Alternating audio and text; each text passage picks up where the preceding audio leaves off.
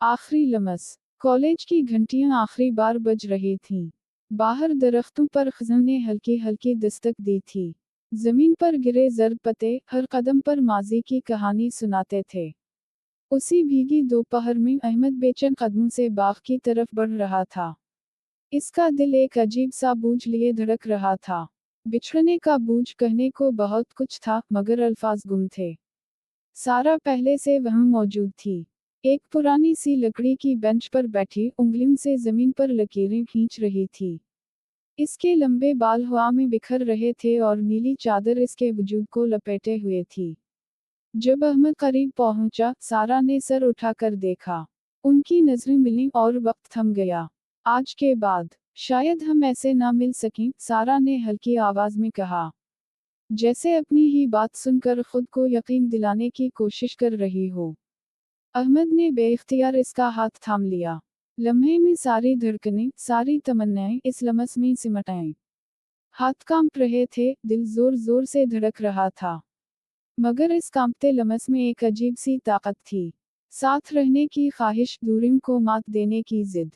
सारा, अहमद ने धीरे से कहा, लफ्ज कम पड़ जाते हैं, पर ये दिल हमेशा तमधारा रहेगा।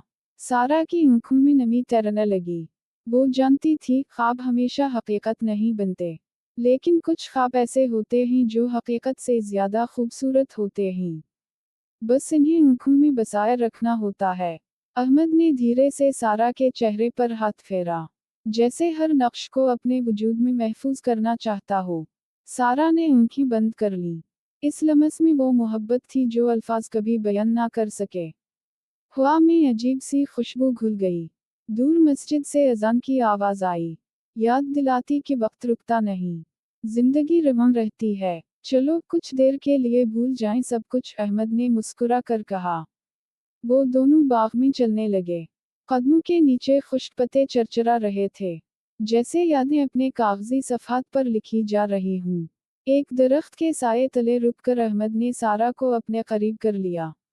ना कोई शर्म, ना कोई झिझक, बस मोहब्बत, सच्ची, पाकीज़ा, मुकम्मल मोहब्बत।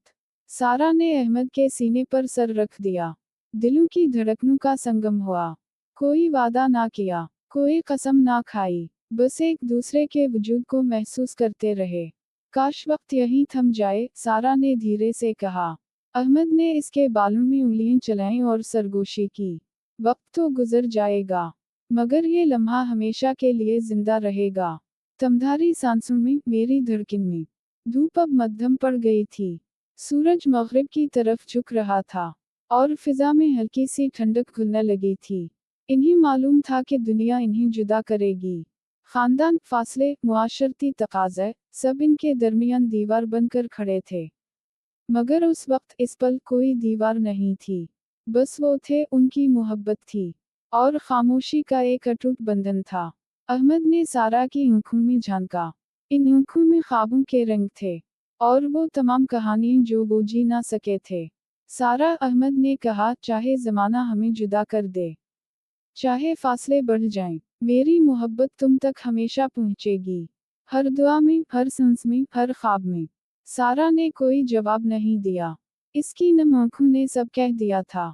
आखिरी लम्हा आया। वक्त ने उन पर अपनी गिरफ्त मजबूत की। अहमद ने सारा के माथे पर एक बोसा दिया। ऐसा बोसा जिसमें इज्जत थी, मोहब्बत थी, और हमेशा साथ रहने की खामोश दुआ थी। फिर सारा पलट गई, आहिस्ता आहिस्ता, बगैर पीछे देखे।